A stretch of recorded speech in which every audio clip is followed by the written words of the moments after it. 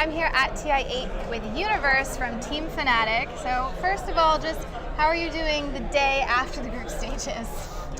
I'm doing well. Just we're trying to prepare for our next match, best of one. So it's going all right. Which is always stressful. So now I don't want to pour salt in the wounds or anything, but from watching the group stage, you guys tend to struggle a little bit in the first game and then absolutely crush people in the second game. And so as someone who's a little invested in Fnatic doing well, how are you kind of mentally preparing to address that in these best of ones? Yeah, I mean, I think just from that, it's like pretty clear that we're kind of inconsistent. So like some games when we're on, it's like it looks very good, and then some games when we're off, it doesn't look like we know what we're doing. But I think we're just trying to figure out a thing that makes us more solid and just have like a game plan to go into every single game with. Yeah. And so right now you have that best of one to focus on, and you get a whole day to do it. Yes. So I want to take a little bit of a step back here. You are a very well-known player. You have an Aegis under your belt, and a lot of your history has been in NA.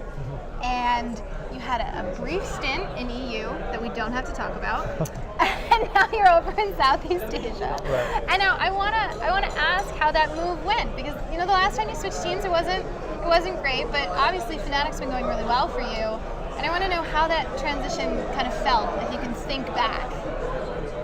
Yeah, I mean, it's my first time like living outside of the US while playing Dota, so that was by itself like a huge step for me. I'm very used to being in NA, and living in NA. So going to Southeast Asia and living there while playing Dota was like a pretty big change. But I feel like it was super character building, and I think I learned a lot from the experience. So, I don't regret going to Southeast Asia or anything like that. I think it was a really good experience. And yeah, so I guess the initial part of me, moving was your question, and I think it was very different at first, but I got used to it over time. Do you think that it helped that you're, according to Aoi, entirely on an NA team? Right. Out in Southeast Asia? Did that help the transition? Oh, having Aoi there? Or just having, Pi, Envy, even Abed played in NA for a while, so almost, the teammate style didn't change, just the location changed.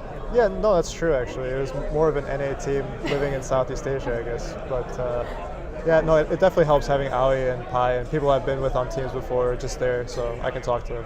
So next up, you guys could all move to South America and really just float all this. Yeah, we could just go everywhere. It's just one region a year, We'll see. And so everybody definitely talks about pubs.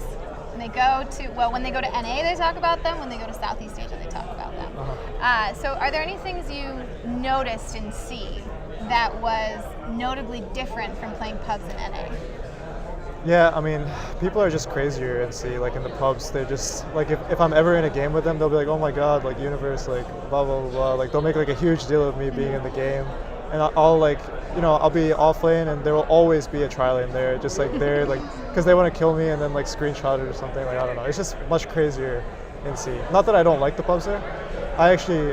I'm fine with the pubs there, but it's just, people are just a lot more passionate about Dota, I guess. You've always been this incredibly stable player. That's when we watched old EG, we knew that if you were a purple hero, they were going to win the game, and there was no question about that.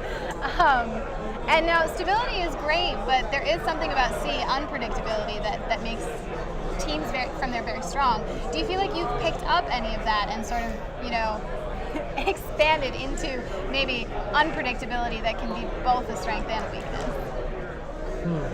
Well, whenever you have Envy on your team, there's a certain level of unpredictability that goes into it. But no, I don't think I've really merged that into my play style. It's nice to be unpredictable in some ways in the game, and I don't really think I'm very unpredictable in like it's like such a hard question to answer actually.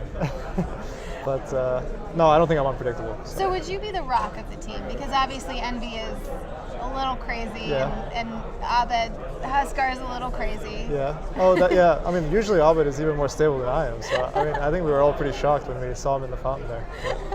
But, I mean, I try and be like stable for the team, so it gives us some kind of like foundation or like something to base our team off.